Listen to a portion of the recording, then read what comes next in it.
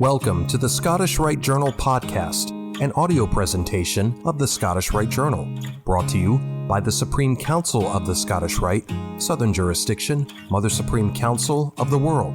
This week's article is Cultural Differences Are Masonic Strengths by Brother Mike Nelson, 32nd degree, and comes from the March-April 2018 issue of the Scottish Rite Journal. I have often said that a lodge is like a petri dish in which a Masonic experiment is conducted. More often than not, I find that the results of that experiment are highly reflective of their environments and of society at large.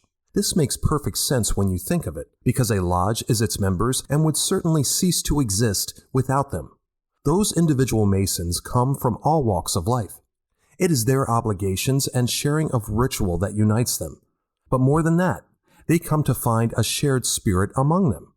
In a very real way, when Masons come together, they form a band of brothers with a culture all their own. While principles of Freemasonry are certainly universal, these lodge cultures are as individual as the Masons who build them. If a lodge of Freemasons is recognized as more than a place where Masons meet, but as those Masons themselves, we can see the structure as living and breathing. Masonry, like men, can survive and even thrive in rural and austere conditions. Think of those military traveling lodges that were so prevalent in early America, without any need for the luxury of a fancy edifice. Indeed, it is here that I have found a style of Masonry best suited to who I am. I belong to a lodge built by rough and rugged men who came west by any means available to them.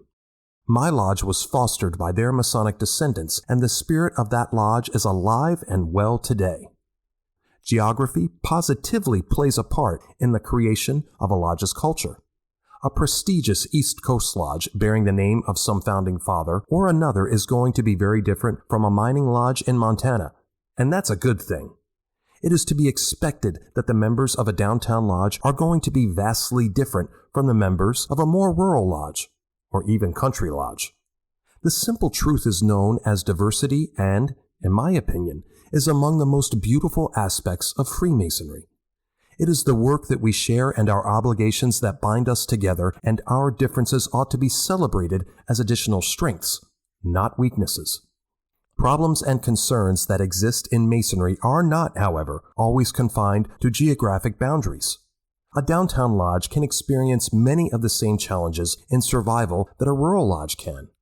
The solutions, however, are not always the same.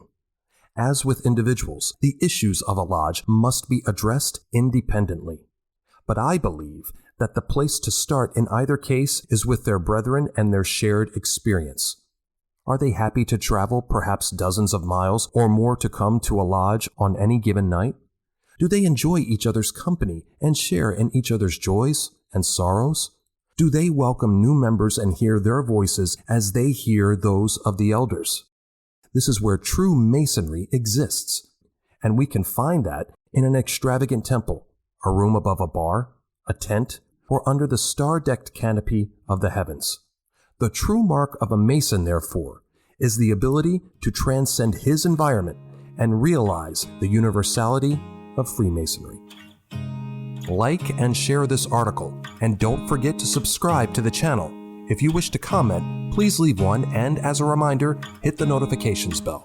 Any accompanying photographs or citations for this article can be found in the corresponding print edition. The Scottish Rite Journal is published by the Supreme Council of the Scottish Rite, Southern Jurisdiction, Mother Supreme Council of the World. Mark Dreisenstock, 32nd degree, KCCH, Managing Editor.